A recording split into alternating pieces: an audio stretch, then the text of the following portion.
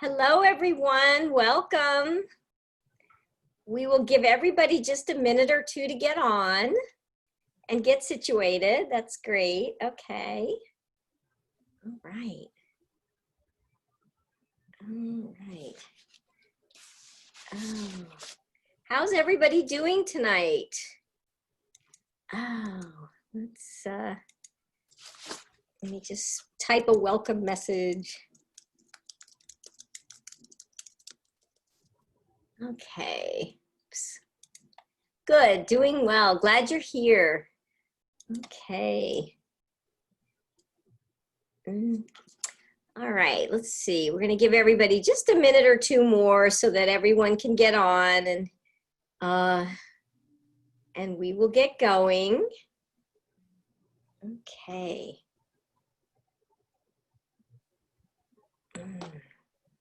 Where's everybody from? Let's see. Asking if they have to pay, but they don't have to pay. No, you don't. Oh, let me tell you where to go. Desmond and Shannon, let me tell you where to go to get it.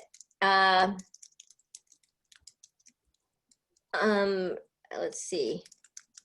If you go to testingmom.com/classes, all of the past webinars we've done are there. So you can go there, and in fact, let me see if I even have it. I'll be able to show you guys where it is. Yeah, let me just show you. Let me see. I have to figure out where we put the. Let's see. Oh, I know where it is. Hold on. Let me give me 1 second. Okay, got it. So I'll show you guys where it is. Let me share my screen for a second, and I want to show you where to go to get the past webinars that we've done. Okay, so if you would like to get our past webinars on this class, if you just go to testingmom.com/classes, and in the filter, pick parents, and the autism, all the webinars we've done, here's part 1. They should all come up, and if they're not all coming up, here's part 1, part 2, here's part 3, and today we're doing part 4. So this is at testingmom.com/classes for everybody. There you go. So you can get it there, and let me make sure, see if there's any more chat. I want to make sure I have, there you go. Is there a way to search? Yes, the way to search is just pick parents, and you'll get it. Okay. Hi everybody, welcome. Okay. Yes, so if you would like to see, for everybody who just joined us, if you would like to see the first 3 parts of this webinar that we've done, go to testingmom.com/classes and just choose parents, and you'll find all of the webinars, and you'll find the handouts as well. We will be putting this on YouTube, but it's just not up there yet.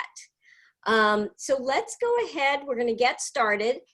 If anybody has questions as we go through the presentation, we'll go through the presentation first, and then we'll go through your questions. So if you go to the Q&A box, you can open that up, and any questions that you have, you can put your questions right there, and we will get to those questions at the end, okay?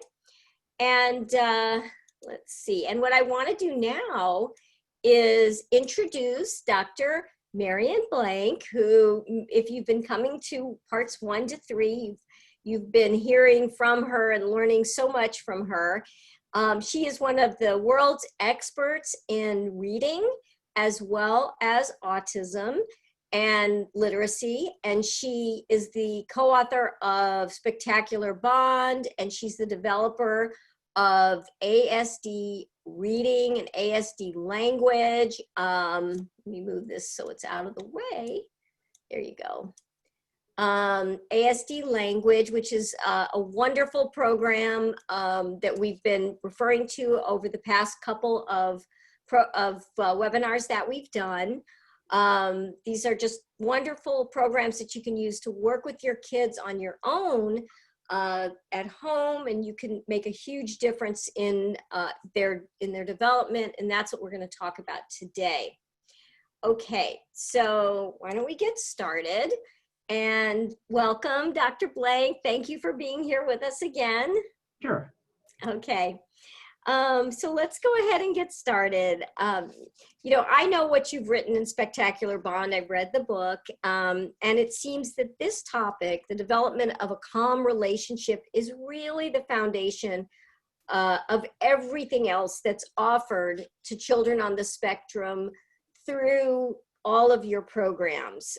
Is this your view that this is the foundation?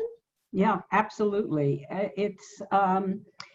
It's funny because from a logical point of view, we should have put it first because it's the foundation.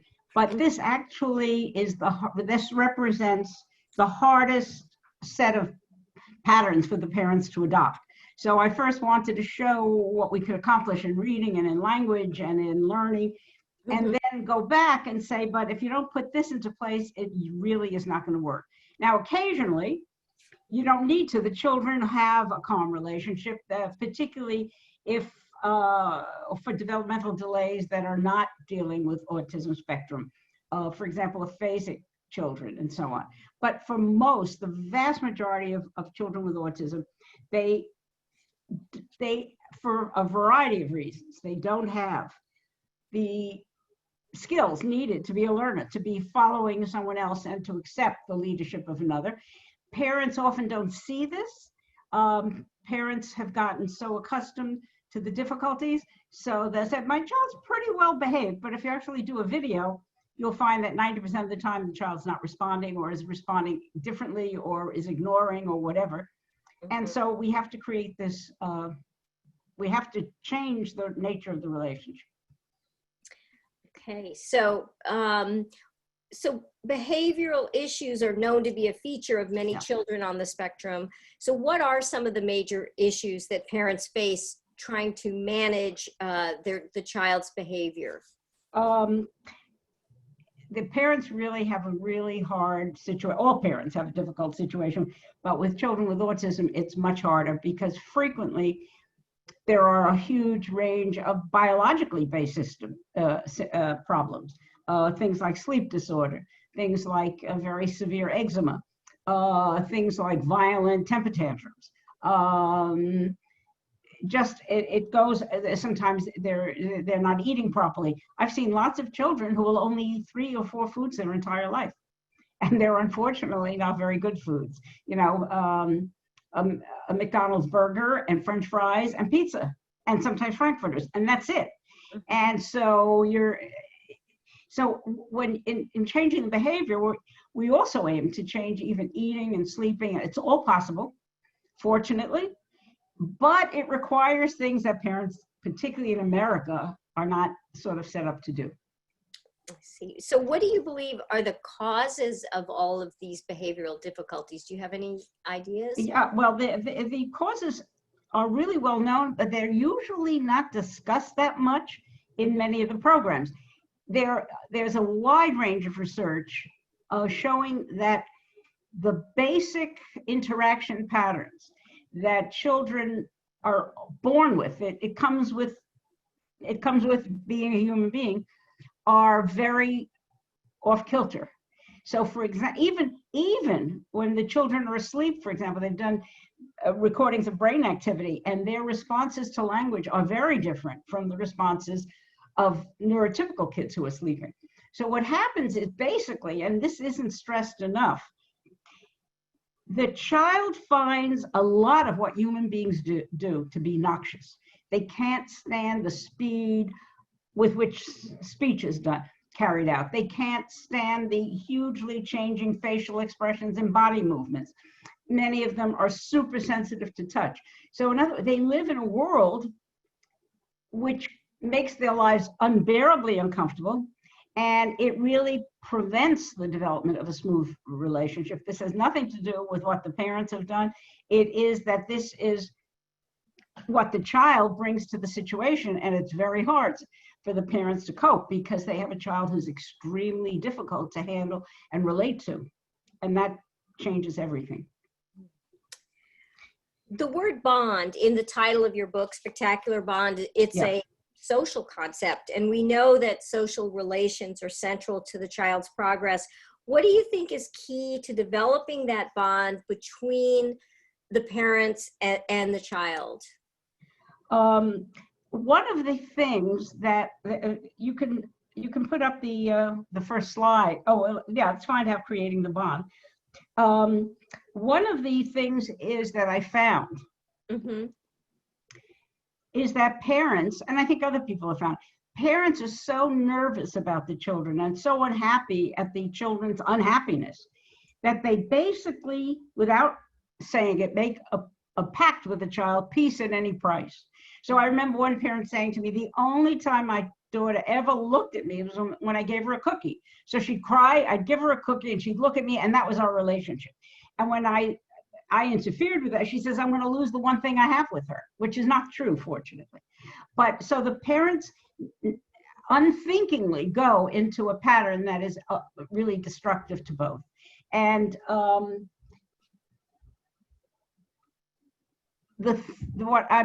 what is central, which is an unusual concept for a relationship, is that we're going to teach the children how to understand the world by removing or changing the things that make it so difficult for them.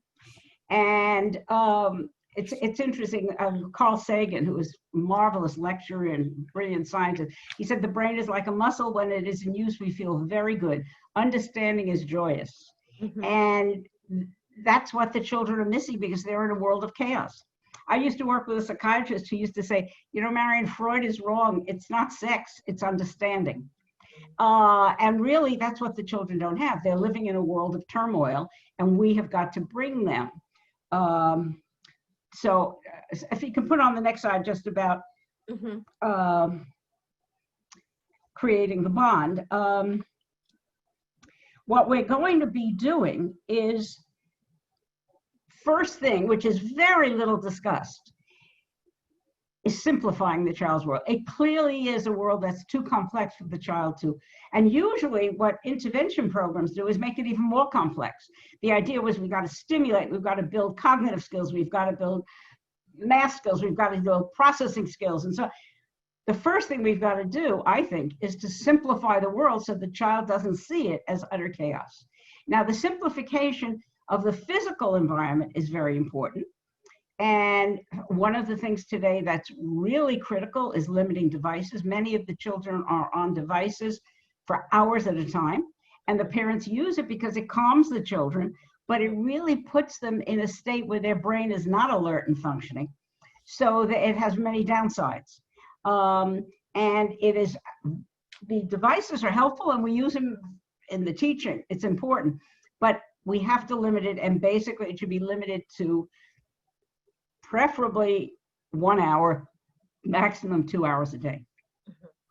They should also limit the toys in the child's room, particularly if he's not using them effectively. So that if he's ripping apart or tossing things or tearing blind, just remove all those things. And what we're going to be talking about a little bit, because it's fabulous, is to use the child's room, not for timeout. I never use it for timeout. You use the child's room so that when he's overwhelmed, he goes to his room, but you make him go initially. So it's a place where he can relax. Nobody's going to bother him. He can tune out as much as he wants. And the room is a phenomenal source of good experiences. Now, the other aspects, that's a physical world. You've got to change the social world.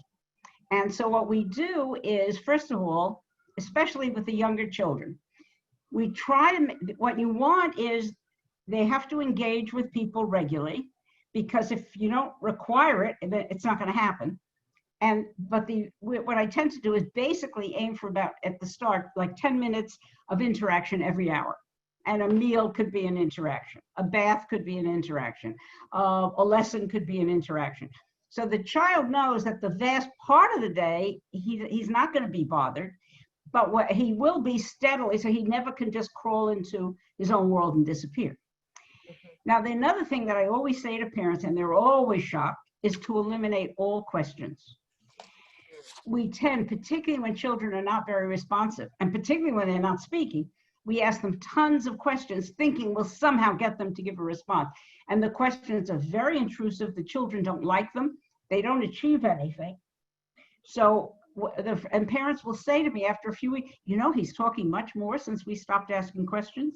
And people can't believe it because they've been told questions are wonderful. But questions, unless you use them well, are not at all wonderful. And then we restrict the number of demands so that the child doesn't feel constantly pressured. And we impose only essential demands. So very often, particularly on a first visit, parents will say to the child, Billy, say bye-bye to Dr. Blank. And I say, it's unnecessary, don't ask him. Because he's not, every time you make a demand that the child doesn't respond to, he's practicing refusal and resistance. And that's not good. So you very carefully think, do I need to make this demand? And if I do, I'm going to ensure that it happens. But if I don't, I'm going to not bother him. Interesting. Wow. Okay, so the other major component that you talk about is changing the child. And in Yes. Spectacular Bond, in your focus on the child, you talk a lot about the concept of inhibition. Can you tell us more about this concept and the role that it plays in helping children progress? Yeah, it's so we've been talking about us changing our end of the bargain. We're going to make the world simpler. We're going to be simpler. The child is going to have an easier processing time. But that won't stop him and bring him back or bring him into the world because he's already got patterns of avoidance. So inhibition is the key. You cannot make someone do something, but you can stop actions. And one of the things we do is set up very careful interactions where the child knows very well that you're in control and you get them to stop the action. So I just take actions that the children are doing. Let's say a child is swinging a door. I've known children who'll swing a door for 10 hours a day because people want stimulation. And so the child takes a very simple form of stimulation and uses it. And we want to stop that. Not when he's alone. When he's alone, he can do it. But when he's with others, in order for him to pay attention, that can't be permitted. So what I'll do, for example, I'll go over and I'll put my arms around him in such a way that he can't pull the door. He initially will look like it's terrible, and he'll scream and he'll yell, and he has every right to resist, but it doesn't matter. I can persist. Now, as soon as there's some leeway, the child's showing some calming down, it's a little bit less, I release it. If he then tries to, let's go to the door again, I put it back. I put my arms back. So we have this hold and release, hold and release. It lasts usually for 15 to 20 minutes. Most it ever lasts is like 45 minutes. That's on a first time. And what happens is quite amazing. I never demand eye contact from a child. Remember, I said, don't demand what you don't need. So I always get eye contact because the child suddenly says, wow, this is a different situation. Somebody here is making some demands that I have to figure out. And what happens is the child realizes it's a very simple two-choice situation. And I do this throughout in the teaching. He basically realizes either he's going to control himself or I'm going to control him. If those are his choices, guess what? Controlling himself is better than me controlling him. So often for the first time in his life, self-control gets put in, very conscious self-control. Now, I don't demand a long time. This might be 10 seconds, but it's a very clear behavior. The child looks at me and there's just total calm. Very often the parents are shocked because they've never seen the child looking that calm. And then I don't push him past his limit. Maybe after 10 seconds or 15 seconds, okay, now you can go sit with your parents, or we can take a walk, or something else. Now, what happens is I tell the parents, this should not be done more than 3 or 4 times a day because it's demanding. Mm-hmm.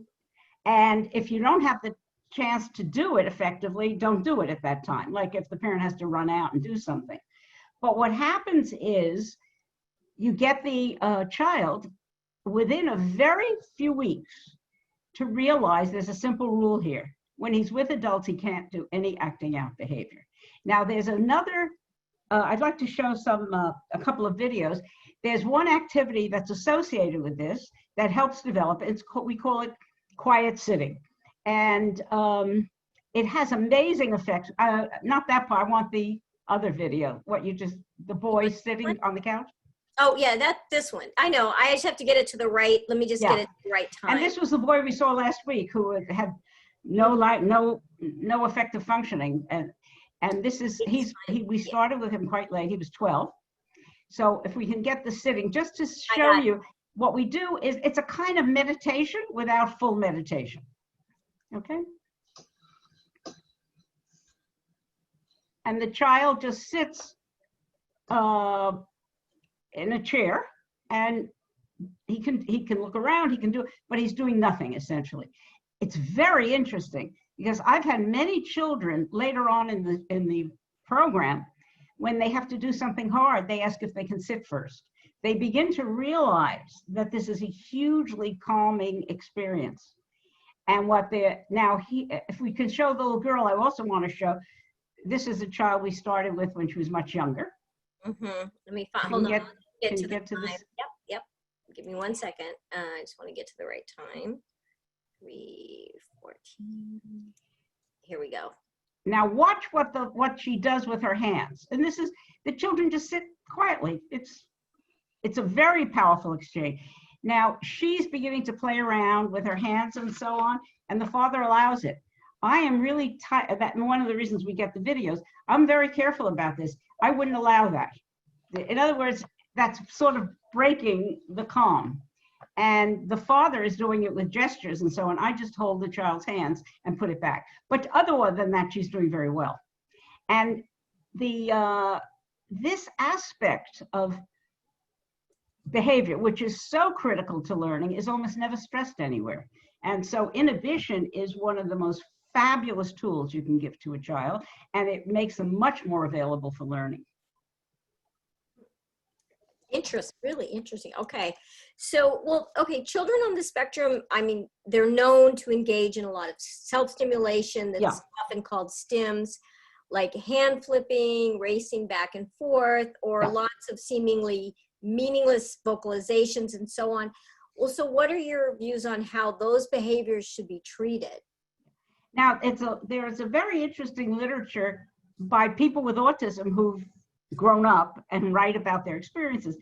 Like there's a boy called Ito, and he writes about it. Temple Grandin writes about it. They talk about how these are called stims, they stimulate themselves, can be very calming, and they are. The children need it. Carly, who is a well-known child with autism, wrote, stims are when you make or create output to block sensory input or overload. It's a way to shut down all my other senses and just focus on me. So the children need it. So, but my rule, kind of, without being a rule, is for them to do it when they're on their own. They can do it in their room. So their room is their haven. But when they're with people, they have to, and so we keep the context with people initially quite simple and short. And all acting out behavior except vocalizations. You can't stop vocalization, so I don't try. And also I don't, and we're not, self-injurious behavior I don't want to discuss right now. But anything the child is doing in terms of, many children use their parents' bodies for stimulation. They go to the parents and go back and forth, sort of touching and hitting the parent. Sometimes they race it back and forth in the room. Sometimes they hand flap. All of those can be controlled in the way I just spoke about. We hold the child, get him under control, and usually the stims are, if the parent does the program regularly, usually within 6 to 8 weeks they're gone. Not gone in their rooms, not gone elsewhere, but gone when they're with other people. And this becomes hugely important because they now can pay attention. Now, occasionally, what I wrote here, the tolerance of the adult, occasionally, for example, I had one mother, I said, we can't stop vocalization. She says, they drive me crazy, please. So I worked out a very special system for her, because it's very important that the parent be calm and comfortable. So it's also what the parent can tolerate. But in general, you want to stop all the behaviors that are known as stims, and you can effectively do it. But make sure not to exceed a few times a day,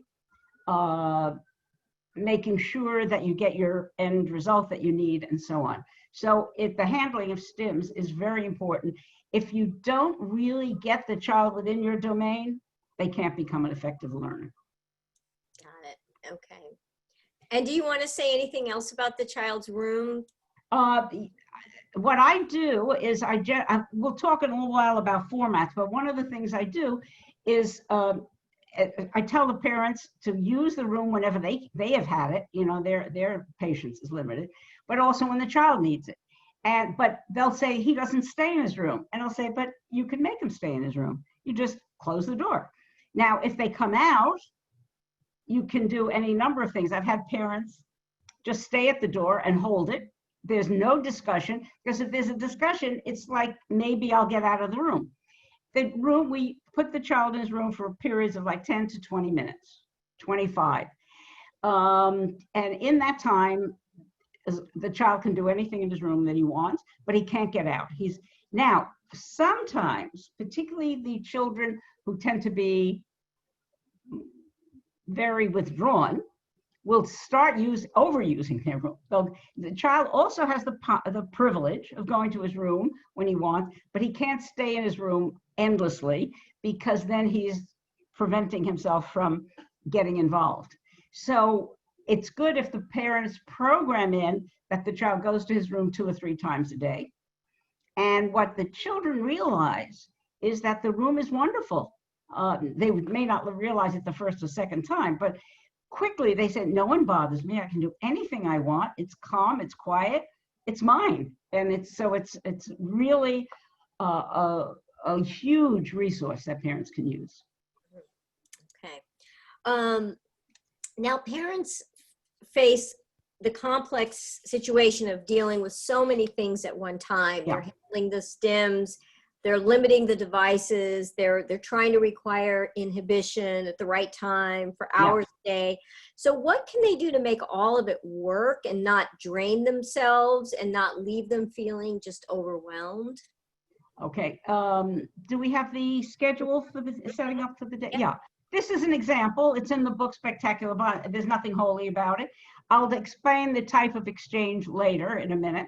But for example, in the morning, let's say he gets up and he gets dressed and brushes his teeth. That's a very good exchange. Then he has breakfast, because that fits at that time. Then the child may play. Then there might be quiet sitting. So for example, 9:45, there's quiet sitting.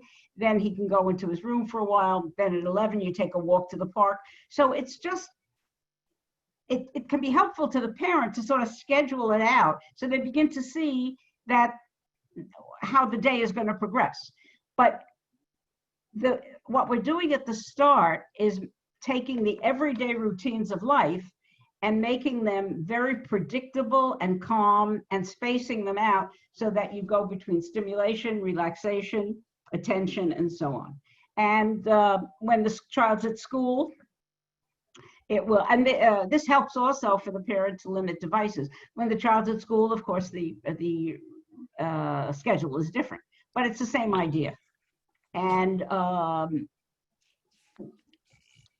basically, the parent doesn't have to be with the child 24/7 at all. And that helps the parent a lot. And you'll explain the different exchanges. Yes, in a minute. In a minute. Okay, good. Okay, so let's see.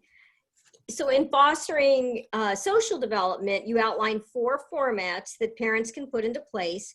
Can you go over what the formats are and how they work in the child's life? And then I'll put them right here.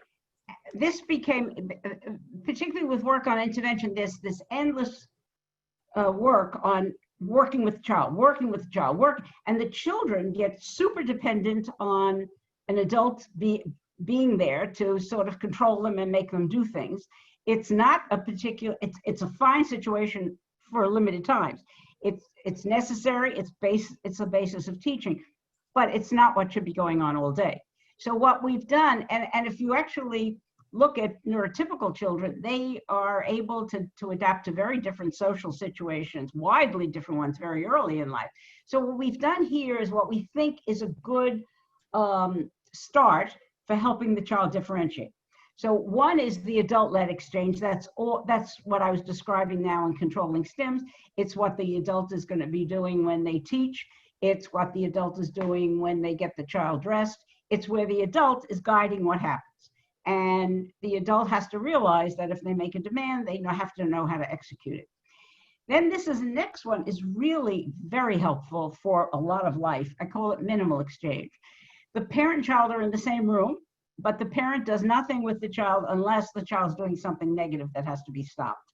So the mother might be talking on the phone or something, and the child is there sitting and doing nothing is okay. He might be playing with a game. He should not be on a device more than a few minutes. And people have told me this has been fabulous. It's fabulous because it prepares a child to go to a doctor's waiting room and just sit and not have to be entertained. It prepares a child to go into a restaurant with the family because everybody else is busy and involved. And so the child is used to being with people without having to receive a lot of attention or guidance. And then there's no exchange where the child's alone, and that's the best for that is the room. And the child realizes that this is a source of relaxation. And then child-led exchange, where the child realizes he can control things. And we tend to make this play periods at the end of the day. Now, parents, giving this message to the children is really important, but parents often have a hard time. I was watching a family, this was a few years ago in Florida, and the father, a very caring father, but he had a very quiet son who in the child-led exchange did nothing. So he'd say, well, here's a game. Don't you want to play? And I say, that's the child. Listen, now you're taking over. Let the child take over. And what happens is as the children develop social skills, they take over more and more. So they realize how to get others involved and how to relate to others in a very different way. And this is these formats are really very helpful for creating effective social responding in a lot of situations. So the focus is not just on teaching the child to learn, overcoming deficits and so on. It's helping the child realize how to negotiate everyday life in different settings.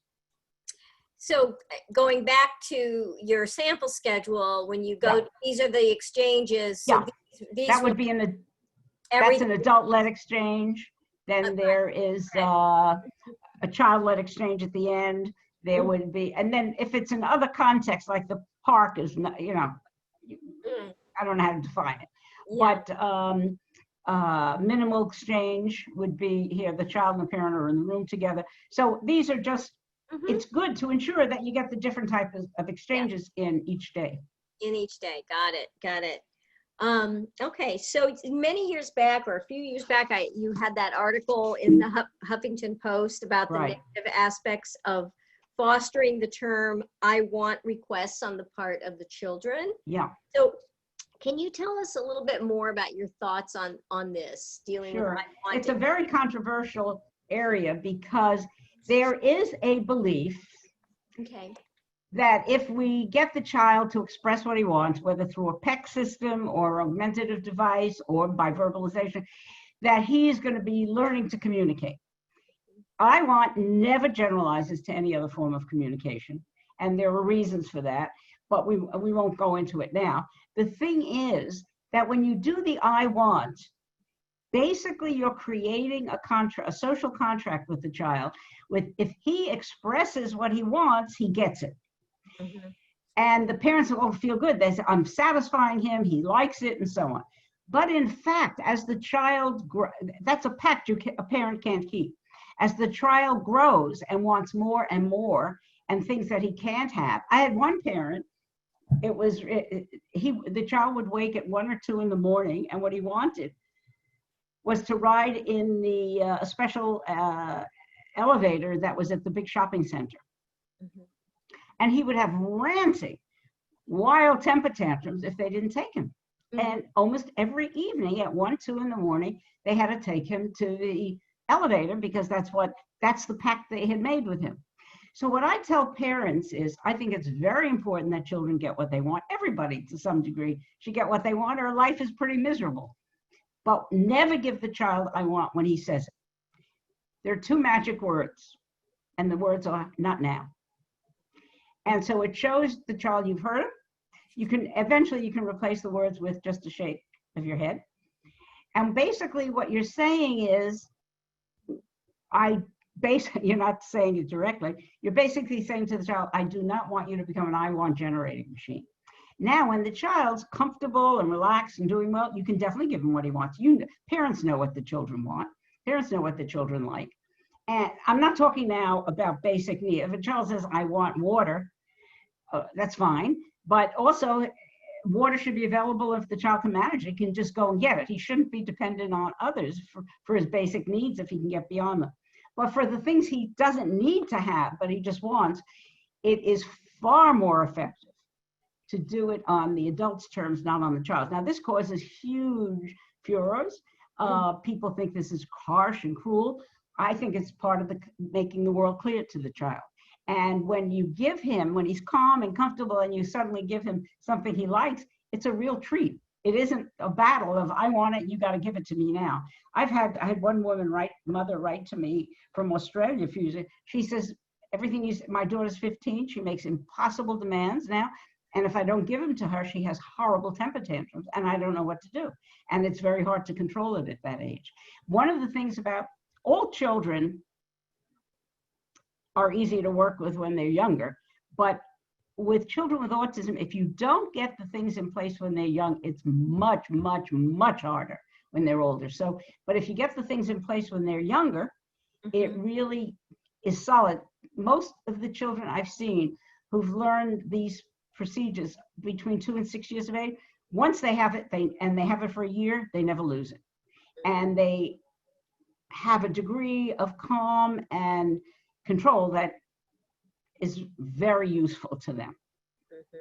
Well, when you do say "not now," I would think, especially maybe from younger kids, it would trigger a big meltdown or a temper tantrum. And what would be the best way to deal with that when it would happen? Okay. Well, first of all, there's an important distinction between meltdown and temper tantrum.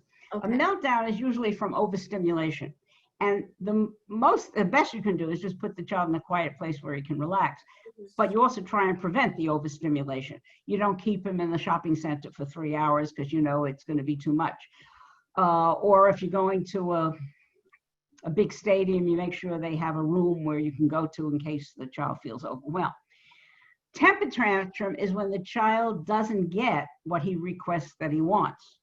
And so once the child, now if he does start a temper tantrum, what I say to the adult, it's very important, stay there. Do not say, "You're going to your room." If you don't stop that, you're going. No, you just stay there. You stay calm, meaning, "I know you're doing this. I'm not upset. I'm just going to outweigh you." And then when he's calm, you could then put him in his room or take him for a walk or whatever. It's very important that the child sees that you are calm, but you don't have to do anything specific during a temper tantrum. It's because you can't stop someone once they're in a tantrum. You have to sort of let it play itself out. What you want to do, and you'll see if you're making progress, is if the tantrums go down in number. Okay. And they will. So basically you're suggesting a major rethinking and redoing of the parent-child interaction. How long should a parent expect this transformation to take? Okay. When parents come to me, I usually ask them a question, which is maybe a funny question. I say, "Are you desperate?" And they say, "Yeah, we haven't slept for 4 years now. I can't take it anymore." And usually that's actually a good thing, because then the parent is willing to change. Many parents come to me, they see what I do, and they say, "I would never do that to my child. I have to be available and loving and kind," and which we are, but they have not put in any structure. And often they come back 3 or 4 years later and they said, "Well, we didn't do it, and it's been a disaster, and now we want to do it." And it's gone fairly well, but it's much harder.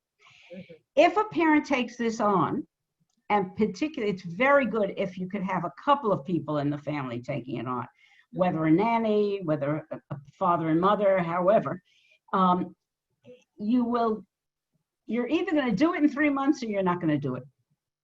That's the sort of three. But basically, they often talk in changing a habit, the 21-day test. You will see dramatic changes. It's unbelievable. You'll see dramatic changes within a couple of weeks. The first couple of weeks will be brutal because the child will fight tooth and nail to keep this new system from coming in. He doesn't like it. He doesn't know it. It's strange. He has no idea where you take. But once he realizes that this is it, it makes it, the difference is amazing. Just like those children who are sitting quietly, parents can't believe, they'll say, my child could never do that. And they can. Mm-hmm. And so then life, one boy said about he says, we never could go to a restaurant because you would end up having temper tantrums in the restaurant every time. He says, now we can go out every Sunday as a family and eat together. I mean, it has such profound implications for so many aspects of the family's life. For the two children that we saw, and they were sitting quietly, yeah. When you first saw them, were they far away from that, would you say? Very far. But with both of them, mm-hmm. were not acting out children. They were in their own world. If you remember from last week, the boy would sit with toys and just roll them on the floor. Mm-hmm. He would flap his hands on couches. So they weren't acting out children. They were just children who were not engaged and never listened. If you asked them anything or said anything to them, they acted as if they were deaf. And he happened to be deaf, so that's it. But many parents will say, my child acts like he's deaf. I call his name and he never responds. So but even actually, it's funny. I find it easier to work with the children who are acting out, not the ones who are unbelievable acting out, but usually when the children are acting out, they're stronger. They feel a little firmer about the world and you can reach them more easily. Interesting. Okay. So far you've not really mentioned anything about the teaching of skills and behaviors that we've been talking about in the last few weeks, skills like language, perceptual training, letter recognition, and so on. So when do those things take place? Like as soon as the child can maintain calm for 5 to 10 minutes. And this could be at the table. So instead of, throwing the food or turning the plate over, he's sitting quietly and eating nicely and he's using utensils. We describe in the book how to get them to eat well, sleep well, all the rest of that. Mm-hmm. Once a child is calm for 5 to 10 minute periods, you can start all the teaching, but don't flood them. You start the teaching systematically and slowly. And you can easily, start with like 15 minutes of teaching and build up within a month to an hour, but it can be 15 minutes, give them a break, another 15 minutes. And then in an hour of teaching, you can accomplish amazing amounts. There's no reason for 5 and 6 hours a day of hammering at the children. So the child realizes that you're a calm person who's not unreasonable, who is making demands, and you're empowering them. And then once they start getting mastery, they really start enjoying their skills. Mastery is a wonderful thing. Okay, so where have all the issues you've been discussing taking place? Are they all taking place in the home, in the school? Oh, that's very important. Initially, it's at the home or the backyard or a quiet park. You don't do any of these control measures when in the wider world until you have control at the home. Because the child will sense immediately that you have no control in the restaurant and act out. So once the child's well controlled at home, you can, for example, take them to the supermarket and set things up and try it out. And if it doesn't work, you immediately leave. You gradually get the child to generalize this to other situations. One of the nice things that happens with the children, almost always with the children who are very young, they transfer all of this to the school. The schools will call the parents and say, what happened to John? He's amazing. It's a big change. Is he on drugs? And so the transfer is greatly appreciated because you now have a child who's much more comfortable with people and who knows how to handle people better. Okay. And what role does the school play in creating and reinforcing these behaviors? Okay, now that is a very individual thing, and each parent has to work it out. I had one boy, he was doing very well. He was mainstream, and then he went into first grade, and he got frantic with each new worksheet that he wasn't used to. So we asked the school, would they give us samples of the worksheets so that we could get him to realize what he had to do? It would have been pretty easy. Instead, the school said, no, that'll give him an unfair advantage. So I said to the parents, you got to get him into another school. And they found another school, which said, we'll be willing to help this child in any way we can. And he did beautifully. So you should try and cooperate with the school. You can try and coordinate, but it's going to be a very individual affair as to whether you're able to do it. Now, the one thing is parents should not ask the school to take on any programs if the child is not doing the program well. That becomes an unbearable burden for the school. But if the child, for example, is then doing well in the reading program, and you say to the school, would you be willing to take 3 of the sessions each week? And they say yes, as long as you work together, it can be a great help. But that's a very individual affair. You can't make rules on it. Got it. Okay. Now, you have indicated that it is best to start this program with children in the age 2 to age 6 range. Yeah. But does it work with older children? Can you bring it in? It definitely, well, you saw it with that boy who was 12, yeah. But it's much more at that point, if the child is choosing to resist and really won't give up the resistance, you sometimes can't do anything. You definitely can get improvement, but it can be very hard. But some of the children really want to change. So it's just a harder situation, and you can't do some of the same things.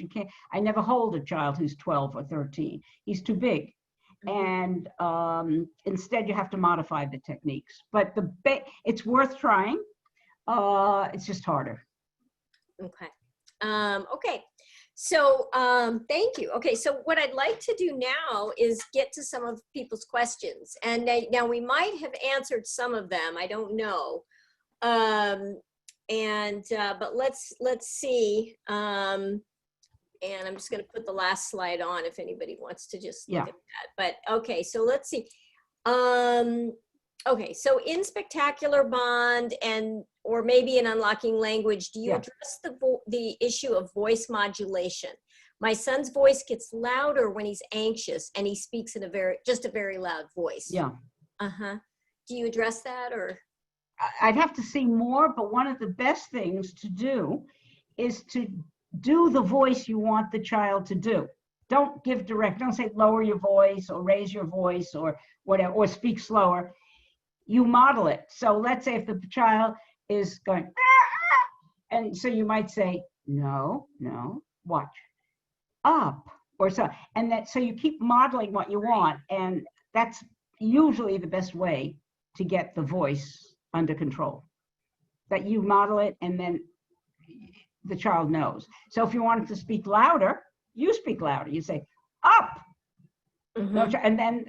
and they will generally be, so you're giving them the cues through an easier system for them. Got it. Okay. Someone is asking where we can find the symbol sequencing handouts that we talked about last week, which I believe is one of your books. Oh, okay. They have to write to contact ASD Reading and ask for the paper and pencil sequencing program that was in the reading program. Just ask for the ASDreading.com. ASDreading.com. They can go to the contact page and say they'd like to get the visual sequencing package that was with the paper and pencil program. Great. Okay. Now here someone says, I'm reading Spectacular Bond. I like it very much. My son is 12 and I wanted to ask for more ideas about how to remove electronic devices, especially now with web teaching and AC devices to talk. Yeah. Again, it'd be important to know more, but one of the things, even if they can't, make a schedule, a written schedule. There's something about writing that is just magic for all the children, for not just children on the spectrum. But you could make a schedule and you indicate whatever, 10 to 10:30, this is when you can have your device. and then 5 to 5:45 you can have your device. So they see that and you show it to them. And then you could sort of say, you can make some symbol for his device as opposed to when he's doing schoolwork on the computer. Visual symbols and simple charts are the best way to go. But it is hard when he's on the computer all day. That just makes it much harder.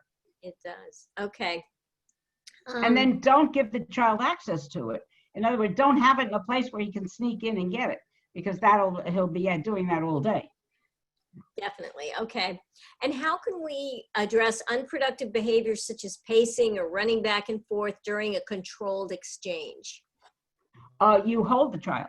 That's how you address it. You don't allow it, and the child ends up controlling himself. Basically, your message to the child is, I'm going to control you, or you're going to control you.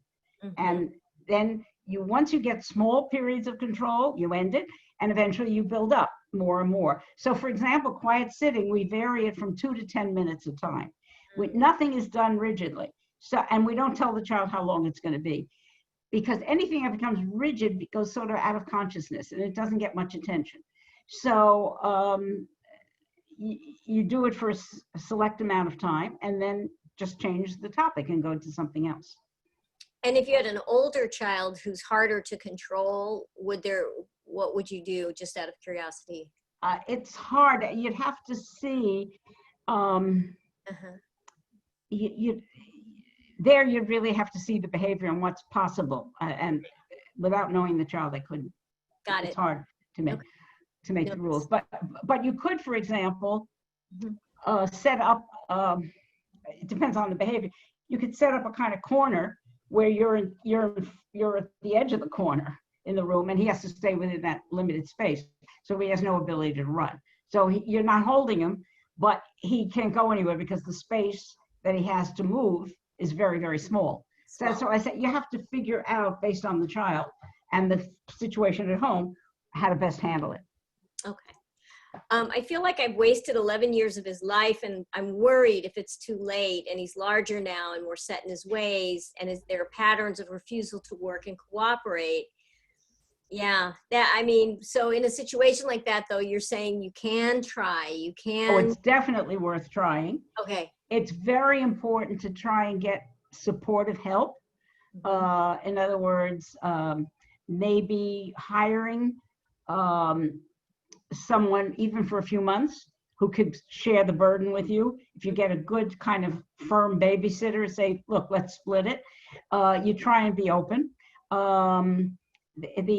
are some, unfortunately, a lot of people are unemployed now. And if you get people who have been with other children and are comfortable being firm with children, that can be a huge resource. And then you have someone to talk to, too. It's hard if you're alone and your child's this age to take it on. You want to try and set things up that you get the support you need so that you can give the child the support he needs. Okay, got it. And it's very important to realize that you can intrude in ways you think you can't intrude. So for example, if the child's eating with his fingers and he's perfectly capable of using utensils, you just put his hands down without harshness. You put his hands and say, no, please, and use these very firm statements, like, please use the spoon. So if you speak in this very kind of dramatic way, but not extreme, it gets attention. And so and then if he doesn't, you can take the plate away and say, no, let's try again. So if you're willing, and it's very helpful to make videos of yourself in interaction. And you can get a lot of insight into what you're doing and how you're sort of sometimes misguiding the child because you're allowing all kinds of things that you shouldn't be allowing. Like the father allowed that kind, it sounds little, but as I say, the devil is in the details. So it's really important. So videos of yourself are fabulous to help you. Okay. My son is 12 and he stims with toys constantly. He's been in a good relationship with me and he'll stop stimming with toys if I ask him, but then shortly after he goes back to it. Now that I'm more involved in his teaching, I noticed how much that behavior prevents him from focusing and learning. Yeah. Any other ideas about reducing the stimming behavior? Well, if you can, put all the objects that he stims on away. And you could even set it up, say, this is our X time, whatever, our reading time, or our computer time, or whatever. And we're putting them in this box, and I'm putting them up, and you show him, and it's away, so that he can't do it. The behavior should never be based on you asking them, because because it's like a cat and mouse thing. Child does it, parents say stop, then he stops for a few minutes, then he starts again, and it's just an endless cat. And the children like it because it's a very predictable situation where they basically are in control. So it is not good to say stop it. It's far better, and for some reason, particularly in America, we're so afraid of touching our children. And it's so much better if you take their hands very nicely, gently, and just sort of say, please stop that. I'm taking that now from you. So don't do it. I just was verbal, but don't do it and ask the child to take control and stop. Set it up that he's going to stop. Okay, got it. And a little more about stimming. Dr. Blank, what do you feel is the role of stimming for my higher functioning 6-year-old daughter? It seems to be a variety of things. Her primary stim is sitting cross-legged on the floor, leaning forward and bouncing. It's therapeutic. Sometimes she verbalizes that she is trapped. Sometimes it's a strategy to avoid unwanted activities like picking up toys.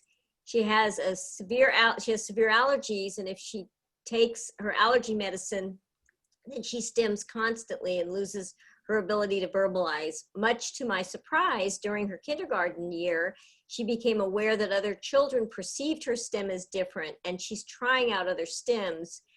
She listened to an audiobook where the main character is autistic and finds socially acceptable stims while in middle school. Any thoughts about that? Or again, if the goal is, you don't say to the child, go to your room and stim. You keep him with you for a short, or her, for a short time where she's not stimming because you're not allowing it, and she's giving total, then let her go to her room, and if she needs to stim, she'll stim. Okay. But the basic rule that I said before is when she's with you, she is not going to stim, period. So you have to be very disciplined on this and keep it without ever saying anything to the child. It within a week or two, the child realizes I may as well not start because it's just going to be, she's going to stop me. And now occasionally I had one boy that I got him these worry beads, and he would keep them in his pants pocket. That was to relieve his anxiety. And he would keep them in his pants pocket with his hand, and he would use them to calm down. Then that's a kind of clever avoidance because no one knew he was doing it. But there are very few stims that are acceptable socially. Plus, the big thing is the stims keep your attention away from what you have to do. Because when you're stimming, you're not involved with what you should be doing. And so they really prevent learning. The kids need them. They need time. I sort of see it almost like smokers. Mm. If a smoker's at work and he knows that the smoking period is when it comes at 10:30, he'll wait. He's not going to smoke at 9:30. He's not going to lose his job to smoke, but he'll go out at 10:30 and smoke. It's that the stims can be controlled. They don't have to be stopped, but they should be stopped in public. Okay, got it. Interesting. Okay, once you've gone through the program with a 9-year-old nonverbal child and the behavior is under control, what can you do to address language? The child is able to repeat sounds and say some words. Okay, so, well, again, I'd have to see it, but they definitely could do the pre-verbal activities, the pre-language activities that are on ASD reading. They're in a manual. I think it's called pre-language or pre-speaking activities. He can definitely do reading. Reading is amazingly easy compared to what people thought. Mm-hmm. He can do motor activities. He can do the music program that we have. He can do the math program that's online. I wouldn't flood him, but I'd start. The reading, of course, has the biggest payoff, particularly if you make it an important part of his life, because then he has a means for understanding language, which is fabulous, and he has a means for expressing language.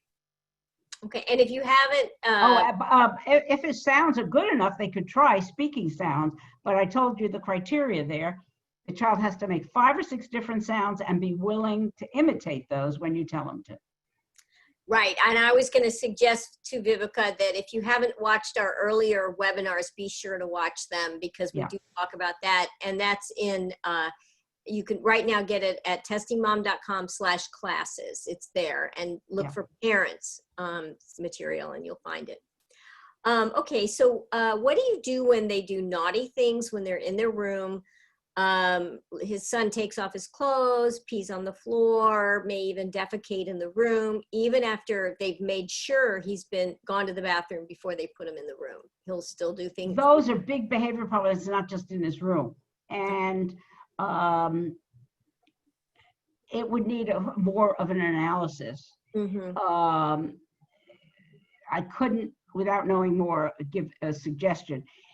Naughty things in his room where he's breaking things, you can just remove the things he breaks. But if he's urinating and defecating in his room, he's trying to get even, and he's angry at something. So you really need to do an analysis of what's provoking it. And but the thing is not to get angry and not to discuss it. There's no point in saying you shouldn't have done it. You just go in and wipe it up and set up the room. So with whatever, a kind of wood that doesn't, or definitely not carpeting, a kind of wood that you can clean, and just cope with it, but don't act as if it bothers you at all. Because if it bothers you, he's achieved his goal, and that is not going to be good for anyone. Okay, got it. Now, there's a couple of questions about play sessions with the child. So in Spectacular Bond, are there play sessions as part of what you do, would you say? That's what the child-led exchange is. Play. If the child wants to play, you play with them, whatever. If it's a board game or if it's a physical thing of jumping on the trampoline or whatever. If you're going to teach play, that's very hard. And I personally, there are people who teach play. If a parent really wants it, that's where they should go. I don't think a child has to learn to play if he's not playing, because in normal development, play is an important thing. But it's not clear what role it really has with children with autism. But if the child wants to play, you do. But I wouldn't spend a lot of time forcing him to learn to play, because there's so many other things he really has to learn that I think has bigger payoff. Now, by the way, certain types of play is a huge area. A lot of the kids I've worked with are great at chess and love it. And it becomes a huge source of enjoyment and skill. And the parents can play with them. They can take them to tournaments. So that kind of play is very doable. Something else that sort of substitutes for play is swimming, where the child goes to swim class and learns really good forms of swimming. So the play in the form of relaxing and doing something you enjoy is pretty easy to do with martial arts, with swimming, and so on. Okay, got it. And music. The kids love music. So a lot of the psychological pleasure of play is there through other activities than the usual playing with dolls or something of that sort. Okay. So how do we teach minimal exchange? She says, my child engages in risky behaviors or inappropriate behaviors or stims when not actively engaged. So well, the thing is, when you stop any of the inappropriate behavior and then go back to ignoring the child. You're just there and he's there and you're not doing anything. So if he is engaging in anything that needs to be stopped, you do that. Okay. But you don't then do other things. And usually the child learns pretty quickly that it's not worth doing because I can't do it. Okay. Now we're a little bit over the hour. Do you mind if we go like another 5 minutes or so? No, it's fine. Okay. Okay, so if the child comes and says trampoline, which would mean I want to go to the trampoline, what do we do so that we don't fall into an I want pattern And as a follow-up, if we don't require the child to say, I want to go to the trampoline, do we require him to say anything longer than trampoline? I don't think there's any value in verbalizing the I wants. I don't say, now tell me in your words or anything of that sort. If he says trampoline, if you have a schedule, and schedules are really good, you can say it's over there on the schedule. It's not 7 o'clock now. At 7 we do it, not now. Mm-hmm. But also, you could set it up that the child has the right to go to the trampoline at various times during the day. He doesn't have to request it. So it depends on what your style of parenting is and sort of how you run your home. But the child, it is wonderful when the children begin to choose activities without anyone telling them. That's a great achievement. And so if a child goes to the bathroom on his own, great. He should not have to wait for the parent to tell. If the child goes and gets some juice on his own, that's fine. Children with autism are very nervous about making those choices. So if they do it, it's fine. But they don't have to ask you for that. But if they are doing a lot of I want, then you do control it the way I was saying. Okay. And would the schedule be any different for a homeschooled child versus the one that you have in your book? Would it not the basic ideas? The actual units that go into the chart will be different, obviously, and you also ought to pace it for yourself. It's very demanding when it's homeschooling, so pace it for yourself. Recently, I was called by. It was very interesting because I was called by parents who have a 13-year-old who is massively out of control. He's so out of control, they cannot leave him alone for 1 minute a day on his own. Mm-hmm. And they asked me, could anything be done? I said, I'm not sure. I don't know. He's 13. I don't know. And I said, this is what I would do. A, B, C, and so And the father's first reaction was, are you going to make him into a robot? So what has happened is, here he has a child who has literally imprisoned him. They can't move any place because they can't have anyone else take care of him. They are prisoners of this child. And even if I don't make children into robots, I make them into much more effective human beings. But even if that were the case, it would be far better than these two parents being prisoners and not being able to function. But it is so common because of the difficulties of parenting children with autism that parents don't even think that control is possible. And if the control happens, they sort of say, you've made my child into a robot. And it's just not the case. But I've never had a parent say anything like that where they went through the program and then were they unhappy with the control? No. Well, first of all, they wouldn't continue. I've had some parents say, look, I can't do it. I say, okay, you've tried. Okay, we'll try another program. But no, all the parents, they say, you've given us a life. And the siblings say, you've given us a life. Because the very common pattern of constantly catering to the child's apparent desires is brutal for everybody. You're giving enormous power to a person who's confused by the world and saying, in your confusion, lead us to where you want to go. That doesn't work. Okay. Now, we're not going to be able to get to all the questions tonight, but there have been a couple of questions around wanting a little more explanation about the holding of the child. Is it like a hug or hold hands? No, it's you hold whatever part of the body to prevent the action. So if a child is pulling books off a shelf, you hold his hands like this, so he can't do it. If he's kicking a door, you put your arms around him so that he can't reach the door. You just physically position him so that he can't carry out whatever action it is. Now, there's an alternative. Sometimes with the door, I just hold the door. I don't have to hold the child because once the door is held, the child can't move it back and forth. All you want to do is set things up so that the child cannot perform the action he's trying to perform. Now, occasionally, I make a mistake. We all do. And the child kicks me really hard. And parents say, oh, you shouldn't be doing it. I said, look, he has every right. it was my fault for letting myself be open. I just then position myself that he can't kick me. If it's very hard to keep a child under control, then it's a kind of, it's not quite a last resort. You just put him on the floor, sitting with his legs, crossed, so he can't do anything. But basically what you're doing is positioning him so that he can't carry out the actions that bring him into his own world and take him out of yours. Okay. Interesting. Okay. I have two quick ones, and then we'll get to, if we don't answer your question today, we've made copies of everybody's questions, and we're going to get to them. We're going to organize them for next week. This parent asks about, her child will only do things when I give him raspberries. Can I change this behavior?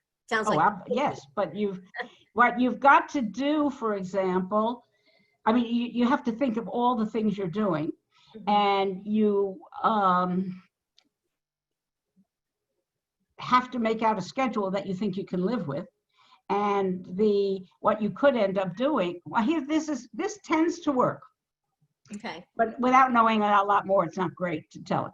But let's say you make a dish of 20 raspberries, and you have this little you have the 20 raspberries in a bowl, and you say tonight or whatever, you're going to be getting these raspberries. But if you don't, but you have to do what I say.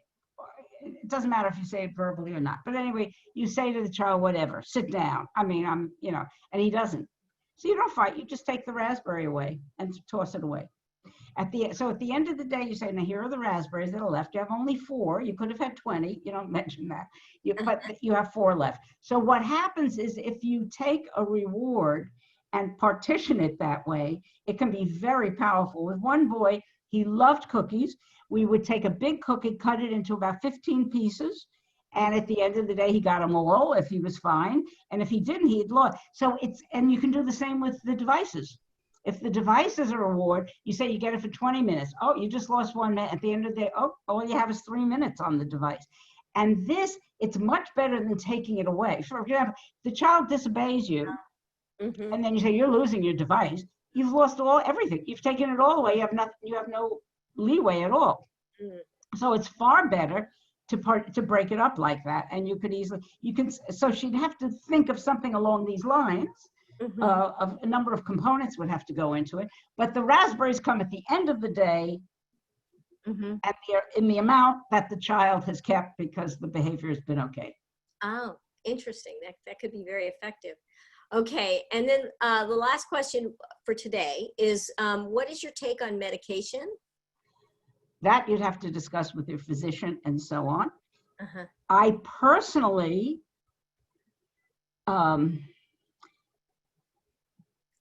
have not seen very good results. Very often it's used particularly for aggression, with like Risperidol for aggression. It sort of numbs the kids for a while, then the behavior comes back, and the side effects can be enormous. With Risperidol, I've seen children blow up 2 to 3 times their weight, and that's called a side effect. So now occasionally it can be very good. I had a very high level child with autism who was doing very well in school. He was a good student. He was in middle school, and the teacher could not tolerate his endless walking around the room. And what would have been great is if she would have tolerated it. He was a very quiet, well-behaved kid. He just was very antsy and needed to walk around. And she would not tolerate it. So I suggested to the mother to go to her doctor and see if Ritalin would help, and it worked perfectly. Now, I would have preferred not to have him on the Ritalin, but with the choice there being able to stay in a good school where he was well accepted and admired, and then going into a school for autism where, so it was worth it. You've got to see if it's what the trade-off is. Okay. But the good news is, if you do the behavior well, you almost never need the medication. Almost none of my kids have been on medication. Okay, got it. Thank you. Well, thank you so much, and for everything. And I wanted to just say to everyone, just kind of give you the lay of the land a little bit for next week. first of all, if you haven't seen parts 1 to 3, you can go back and watch them right here, testingmom.com/classes. And then later we're going to put everything on YouTube. I have been collecting everybody's questions. And if you still have questions that we haven't answered, if you could send me your questions by the end of the day, I think tomorrow, send them to help@testingmom.com and just put in your subject line, questions for unlocking autism. If you'll just send any more questions that you have there, we're going to collect all the questions we've gotten to so far that we haven't been able to answer, and any new questions that you still have. We're going to put them all together. We're going to organize everything into maybe some categories so that we make sure we sort of address everything that people still would like to address. And next week, we're going to go through the questions we haven't answered. And if we have time, we'll even answer more questions. But we want to try to make sure we answer everybody's questions as much as possible.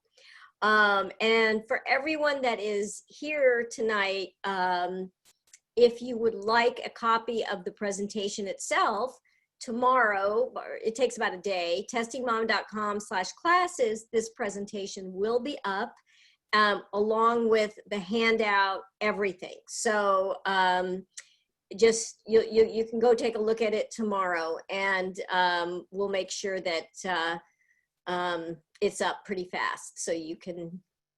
There wasn't a lot of too many slides this time, but you can still get access to it.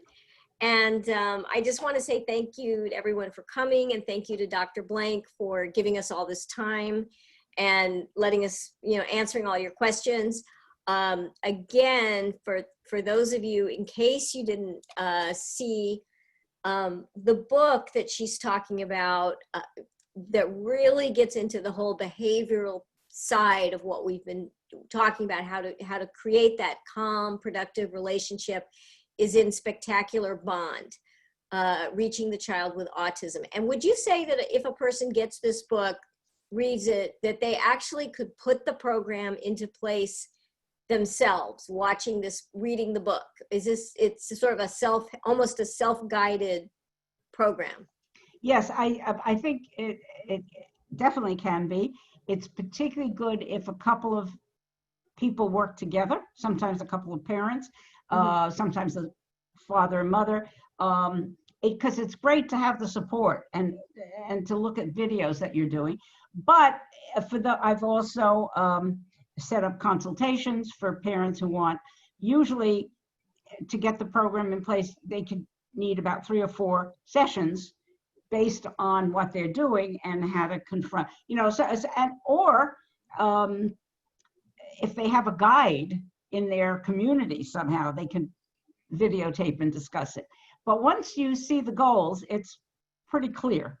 The hard thing is that you are consciously aware all the time. It is not physically demanding and it's not time demanding, but you're always thinking. The child just threw the bowl of yogurt across the table and you're thinking, will I make him pick it up? Well, no, you're not going to, because he's not yet following commands where he picks things up. So you're going to just pretend it never happened and wipe it up and decide what you'll do next. So you're always thinking, which takes a while because you're thinking in different ways, but it's very doable. And the gains are so fast. That's what makes it all within a few months, you have a totally different child. Okay. I think it's great. So No, it helps everybody. Yeah. No, I've had people tell me it changed their lives. So I know that is true. So, okay, great. Well, we will see everybody back next week, same time. Again, if you have any additional questions, send them to help@testingmom.com with the subject line, questions for unlocking autism or questions for autism webinar, whatever you want to say. I'll get them by end of the day tomorrow, and then we'll make sure we get everything in by next week.